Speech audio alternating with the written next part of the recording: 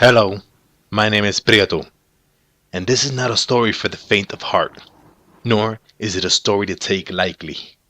I want to start this story off with a clear distinction of my intention. I am not here for your amusement.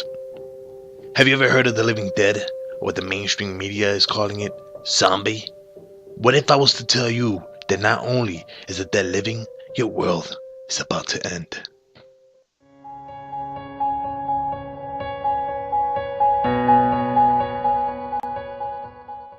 You must be thinking the zombies are a piece of a delusional man's over-artistic nature and cannot be real. But let me assure you, you do not have a clue of what I'm about to tell you. The United States of America has been keeping zombie outbreaks quite secretive, and the only reason I know is because I was in a town filled with the living dead.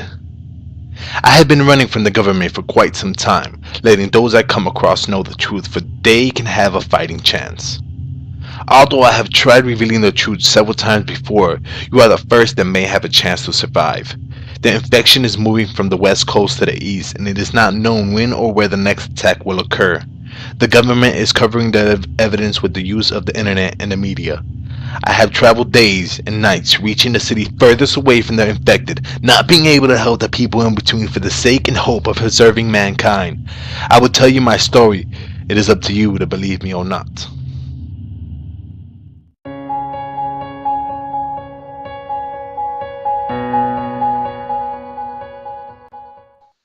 I was in downtown Chicago early in the morning when it all went down, searching for a job. I had just finished handing over my resume to a potential employer and walked out the door, when all of a sudden I see a hit and run by a police officer. A second later I see a fire truck swerving from side to side, plowing down all cars and people running for their lives. I only can describe the scene as chaotic, and that was only the beginning. As people were fleeing the area, it seemed to get worse and worse. I started to worry for my family and began to rush home. I can recall running faster than the wind, trying not to get crushed by the hordes of people running towards the lake and jumping over what seemed like thousands of cars left idled on the street with the doors wide open. Looking for a faster way to get home, I jumped in a car that was stained with blood but still running, not having a clue of what was to come. Driving as fast as I could through the streets back home was nerve-wracking. Hoping my family was safe and trying to stay alive was not an everyday occurrence. I made it to my home quite quickly. I spotted several people walking which seemed to be strange, but at the time, I did not think twice. My main objective was to see my family or a letter telling me where they had gone, so I rushed out the car and up the stairs. As I banged on the door, it opens. I frantically call out to my mother, my father, my brother, and nothing. A second later, I hear a loud thump coming from the master bedroom. As I run toward the bedroom calling for my mother and father, I enter the room and to my amazement my mother is eating my father, drenched in blood and foaming from the mouth. My mother lets out a cry far worse than the zombies depicted in the movies and lunges toward my direction. I instinctively shut the door as fast as I could, holding the handle tightly. I was having trouble holding the door even though my mother was 5'3", 120 pounds. After 2 minutes of struggling to hold the door, my mother knocks herself out after cracking the thick wooden door. Not knowing what to do, I began to search for my brother. When I reached his room, his fate was the same as my father, eaten to death. Knowing I now had to fend for myself, I dug my feelings deep so that I can feel the pain of losing my family when the time comes. A few moments later, I rushed out the door, seeking revenge for what has happened. I jumped back in the car and I had no clue to what was going on. I could not vent my anger because I had no one to blame. As I collect myself for the second time, I shift to drive and the car dies out.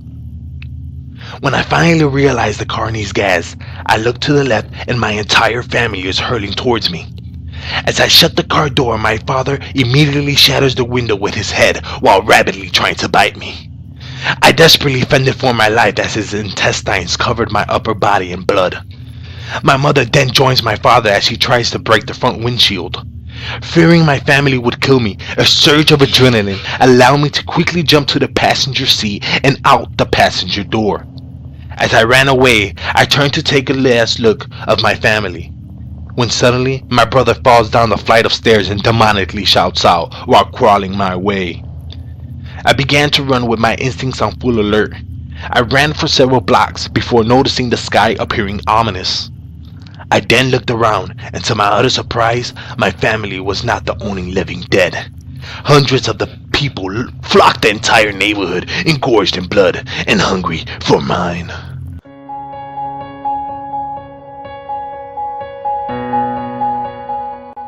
I ran as far as I could before realizing the main streets had more of the living dead clustered together than the side streets. So I made a quick turn into a nearer side street, gasping for air. I had no clue where to head next, and my mind was racing a million miles an hour.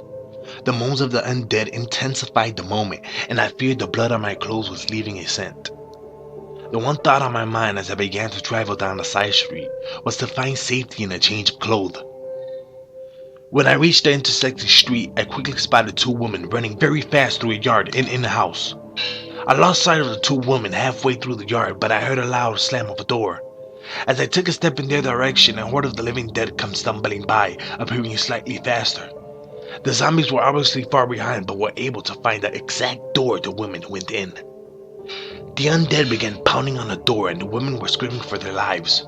Every nerve and sense in my body was telling me to help the women, but there was too many of the undead for me to risk attracting them.